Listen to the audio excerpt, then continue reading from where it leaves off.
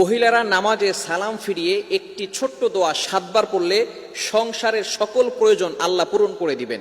মনে রাখবেন, আমাদের মা বোনরা যারা আছেন তারা অনেকেই কিন্তু সংসারের ভিতরে সুখ চান, শান্তি চান, এবং বিশেষ করে অনেক সময় স্বামীর অবস্থা খুব ভালো থাকে না।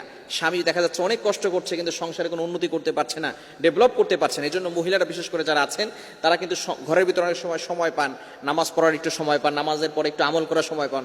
যেহেতু পুরুষরা বাহিরে থাকে, সকালবেলা বের হয় আর অনেক রাত্রে চলে আসে, এবং বিশেষ করে অনেক কষ্ট তারা বাহিরে করে থাকেন। বিশেষ করে পুরুষরাও যদি পারেন এই আমলটি করবেন। 5 ওয়াক্ত নামাজ আপনাকে মাস্ট বি পড়তেই হবে।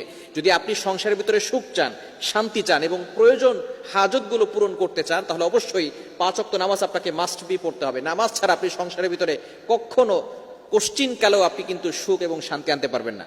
একটু বলেন তো, সুখের মালিক কে? হ্যাঁ, সুখের মালিক হচ্ছেন আল্লাহ। তো ওই আল্লাহকে আপনি অখুশি করে কখনো আপনার সংসারে সুখ আনতে পারবেন না।